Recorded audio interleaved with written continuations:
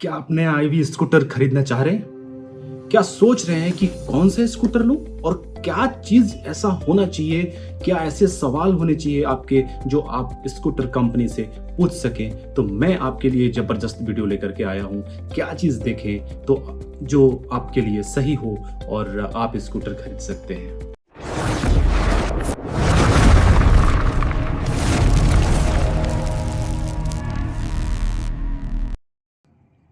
Hello, स्वागत है आपका और मैं हूं आपके साथ मधुरेंद्र।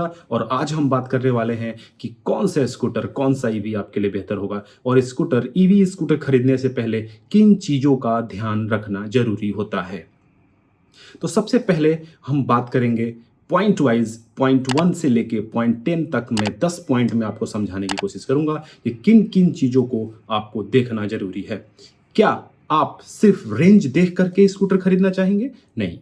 अगर किसी कंपनी ने कहा कि हमारा 200 किलोमीटर का रेंज है तो आप बहुत बड़ी गलती कर बैठेंगे। वो 200 किलोमीटर होगा ही नहीं।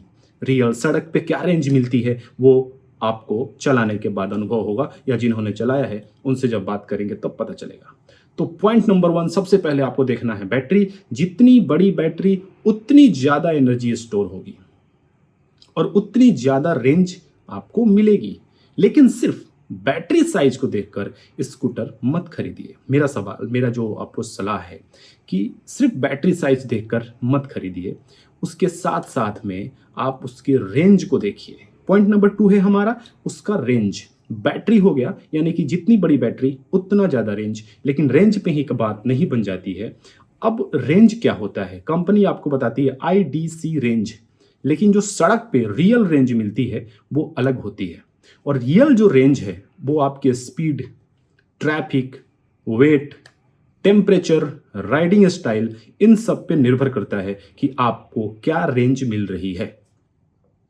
कंपनी 142 रेंज के क्लेम कर रही है और आपको 80 का रेंज मिल रहा है और आप 2 लोग 3 लोग बैठ के ही डेली राइड करते हो, तो वेट का भी असर हो जाएगा उसके ऊपर।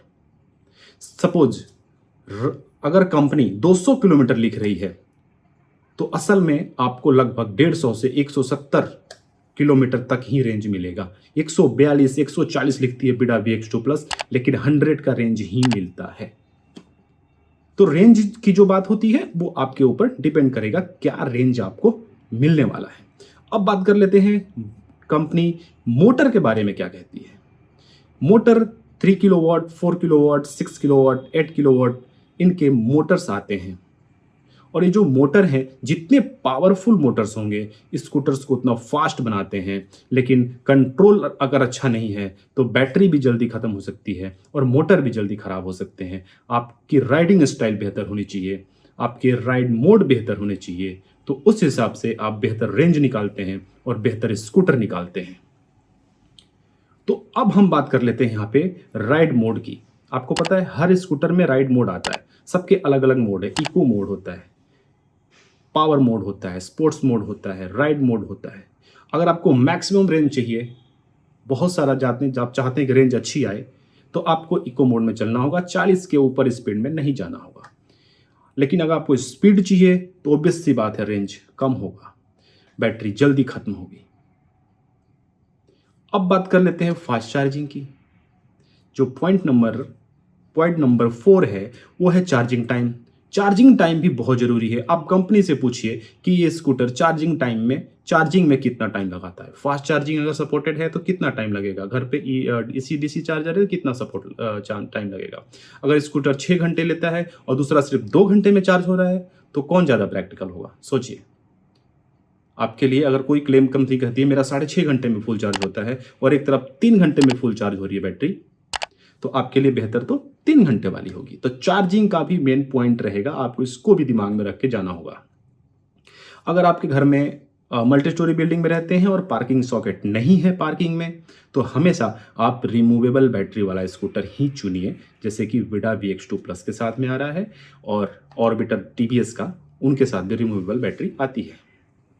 उसके बाद पॉइंट नंबर 7, वेट की बात कर लेते हैं।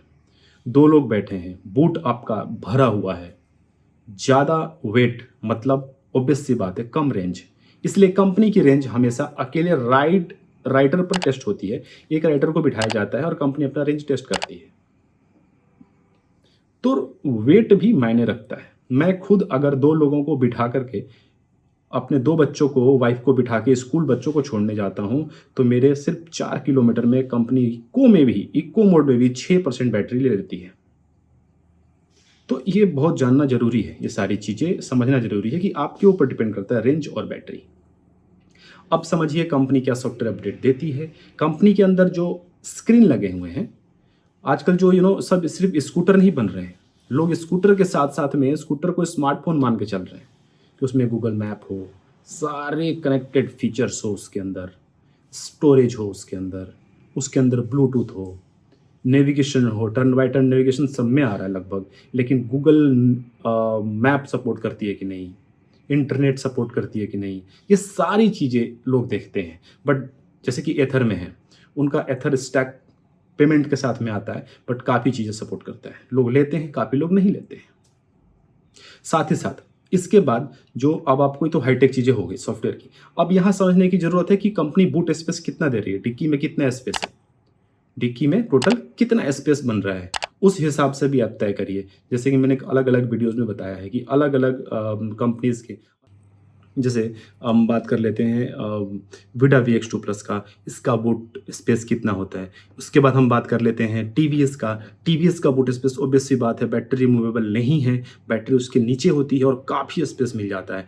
एथर में भी आपको काफ़ी स्पेस, बूट स्पेस मिल जाता है और आपकी डिक्की में बूट स्पेस यानी कि आपकी डिक्की का स्पेस मिल जाता है। साथ ही साथ मैं 1-2 चीज़ें आपको और क्लियर करना चाहूँगा, जो लो मेंटेनेंस क्या है, कंपनी का मेंटेनेंस क्या है, क्या मेंटेनेंस होता है, आप उनसे पता करिए, उनसे पूछिए कंपनी से कि जब हम इसको सर्विस के लिए ले आएंगे क्या मेंटेनेंस चार्ज होगा, क्या मेंटेन करना, क्या चीज़ें ऐसी होंगी जो हमें पेमेंट करना होगा। ये सारी चीज़ें आपको जानना ज़रूरी है उनसे। ये जो 10 पॉइंट्स मैंने बताए ना, ये 10 पॉइंट आपको सुनने हैं। पूरे वीडियो में आपको 10 पॉइंट को समझना ज़रूरी है कि इन्हीं को लेकर के आप कंपनी के पास जाएँगे कि ये पॉइंट है, क्या ये फुलफ़िल होता है? 2-4 कंपनी के पास आप जाइए, टीवीएस जाइए, हीरो के पास जाइए, विडा VX2 प्लस जो उनका आता है, एथर के पास जाइए, चेतक के पास जाइए। इन सबसे पूछिए कि इन सब चीज़ों का क्या बेसिकली ये आपके फुलफ़िल कर रहे हैं कि नहीं? जो सब, हाँ, इतना क्लियर है कि सबके पास सब कुछ नहीं है। 100% सब में सब चीज़ें नहीं मिलेंगी। तो कुछ चीज़ें जो आपके पक्ष में जा रही हैं, वो अगर 10 में से 10 चीज़ों में से आपको 6-7 चीज़ें आपके पक्ष में गई हैं, तो 3 चीज़ों को आप इग्नोर करके और अपनी जो चीज़ें आपके पक्ष में जा रही हैं, उनको ले सकते हैं आप। और साथ ही साथ में एक चीज़ और मैं क्लियर कर दूँ कि जो फाइनल पॉइंट है मेरा, जो काफ़ी इम्पोर्टेंट होता है, वो है total cost of ownership. Total cost of ownership, मैं जब इसको खरीदूँगा तो उस टाइम में क्या मेरा कॉस्ट आएगा, क्या मेंटेनेंस आएगा। सिर्फ खरीदने की कीमत देखना ज़रूरी नहीं है कि सिर्फ खरीद लिया हमने 1 लाख, 1.5 लाख रुपए के या 1 लाख रुपए में, वो नहीं है। ज़रूरी साथ-साथ ये भी है कि 5 साल में कौन-सा स्कूटर सस्ता पड़ेगा। 5 साल बाद के लिए सोचो आप एक बार कि 5 साल बाद कौन-सा आपके लिए सही होगा। वहीं आपके लिए असली एक डील बनेगी। कंपनी से पूछेंगे, समझेंगे, तो 5 साल के हिसाब से कौन-सा स्कूटर सही होगा, लॉन्ग टाइम यूज़ के हिसाब से कौन-सा स्कूटर सही होगा। उसपे मैं एक वीडियो भी लाऊँगा आपके लिए। मैं खुद आपको चीज़ें क्लियर कर दूँगा कि लॉन्ग टर्म के हिसाब से कौन-सा स्कूटर सही होगा। अभी टीवीएस और बजाज चेतक अभी भी लॉन्ग टर्म के हिसाब से काफ़ी अच्छे हैं। एथर 3 नंबर पे लॉन्ग टर्म के हिसाब से काफ़ी अच्छा है और 4 नंबर पे लॉन्ग टर्म के हिसाब से हीरो का विडा VX2 प्लस भी है। बट कुछ मामलों में कंपनी ने कुछ लोगों को, कस्टमर्स को मना किया है, जो लोकल शोरूम वाले हैं, सर्विस सेंटर है, उन्होंने मना किया है कि हम इसको रिफंड नहीं करेंगे, या इसको किसी के साथ जैसे आप ले आते हैं कि चलो भाई इसको बदल लो और नहीं मुझे लेना है, इसके लिए रिफंड करो या जो भी करना है, वो कंपनी मना कर रही है कि हम इलेक्ट्रिक स्कूटर्स के साथ नहीं करेंगे। उसके बाद 1-2 चीज़ें और होती हैं जो बहुत ज़रूरी होता है जानना। वो चीज़ें मैं आपको सोच रहा हूँ, आपको भी जो पॉइंट है बता दूँ। आपको अपना बजट भी देखना है, आपके अपने बजट के अकॉर्डिंग भी जो चीज़ें आ रही हैं, वो भी जानना ज़रूरी है। 2-3 चीज़ें और अच्छी रेंज के लिए जो मैंने बताई कि आप कैसे चलाते हैं। साथ-साथ मैं एक चीज़ और जोड़ना चाहूँगा, टायर प्रेशर भी मेंटेन रखना होता है आपको। मोड आप इको मोड ज़्यादा इस्तेमाल करिए, अच्छी रेंज आपको मिलेगी। बार बार फास्ट चार्जिंग बिल्कुल मत करिए, उससे बैटरी जल्दी ख़राब होगी। बैटरी पे मेरा वीडियो आपको आ चुका है, आप देखिए बैटरी कैसे चार्ज करना होता है और क्यों चार्ज करना होता है। सिर्फ एडवर्टीजमेंट देख करके कंपनी का मत खरीदिए। प्रैक्टिकल चीज़ें मैं आपको बता रहा हूँ, जो मैं बता रहा हूँ यहाँ सारी प्रैक्टिकल चीज़ें हो रही हैं। वो बिल्कुल जो मार्केट में कंपनी बताएगी अपना एडवर्टीजमेंट के लिए बताएगी। मैं कस्टमर हूँ, मैंने चीज़ें खरीदी है, उस हिसाब से मैं ये रिव्यू दे रहा हूँ और उस हिसाब से चीज़ आपके सामने रख रहा हूँ और बिल्कुल ऑनेस्ट। इसमें कुछ भी ऐसी चीज़ नहीं है किसी ने कहा है, किसी कंपनी ने ऐसा कहा है, मैं कर रहा हूँ। अगर आपको ये मेरी वीडियो अच्छी लगी हो तो आप मेरे चैनल को सब्सक्राइब करें, मुझे सपोर्ट करें, लाइक करें, शेयर करें और आपके जब खरीदने जाएं तो मेरे इन पॉइंट्स को ध्यान में रखें और ध्यान में रख के खरीदें। Thank you so much. नमस्ते।